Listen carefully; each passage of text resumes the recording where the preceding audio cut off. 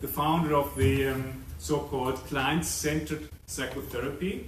He was one of the first psychotherapy researchers, and he did this on quite a high methodological level. Prawdopodobnie większość z nas zna Karla Rogersa i on dostarczył badań dotyczących psychoterapii, tego co się dzieje w psychoterapii na takim wysokim poziomie metodologicznym. So he was the first one to audio tape whole psychotherapy sessions and to analyze the content. Nagrywał sesję i analizował przebieg i zawartość. And in the end, from these results, he then suggested a number of conditions or things that are active and that we need within a therapeutic relationship to induce change in the patient's personality. Jakby w rezultacie tej analizy dostarczył kilka takich bazowych czy podstawowych warunków, które muszą zaistnieć, żeby mogła zostać wprowadzona jakaś zmiana we funkcjonowaniu, w osobowości pacjenta. As he would put it here, for a constructive personality change to occur, it's necessary that these conditions exist and continue over a period of time. First one, two persons are in psychological contact, so they must be somewhere in the same room or communicate in another way. Second, the first, whom we shall term the client, is in a state of incongruence, being vulnerable and anxious. So the patient has some problems within his or her personality. The second person, whom we shall term the therapist, is congruent or integrated in the relationship. You know, we have been talking about training therapy this morning, so we assume that the therapist, him or herself, is not disturbed, is not incongruent, is not anxious.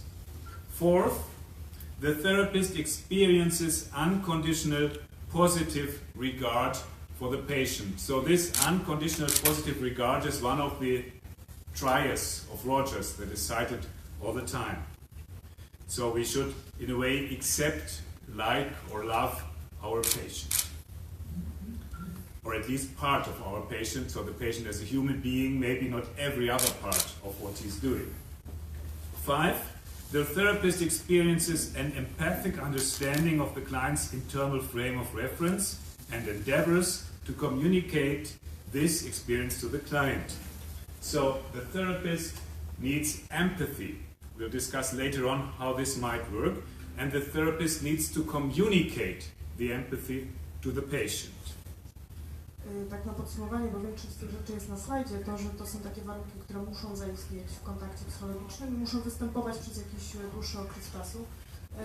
To po kolei dwie osoby są w kontakcie psychologicznym, pierwsza jest w stanie pomieszania, podatna na zranienie, niespokojna, druga osoba, czy terapeuta jest odpowiednio zaangażowana w relację.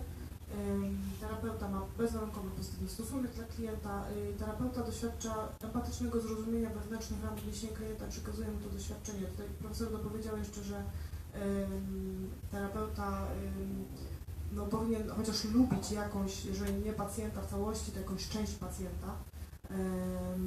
Skoro pacjent jest ludzką osobą, tak jest człowiekiem i ma jakieś różne swoje części.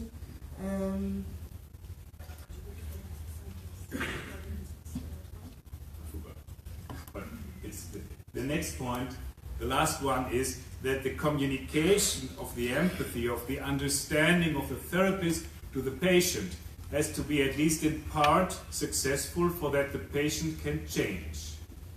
Już sobie przypomniałam. Chodzi o to, że potrzebna jest po prostu empatia ze strony terapeuty, po to, żeby pacjent mógł się w ogóle jakkolwiek zmienić.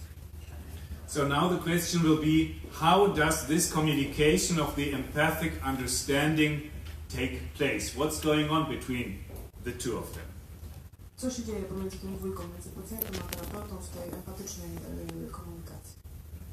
Before we start to discuss that, this is one of the most recent publications by Bruce Wampold, his fantastic book on the great psychotherapy debate.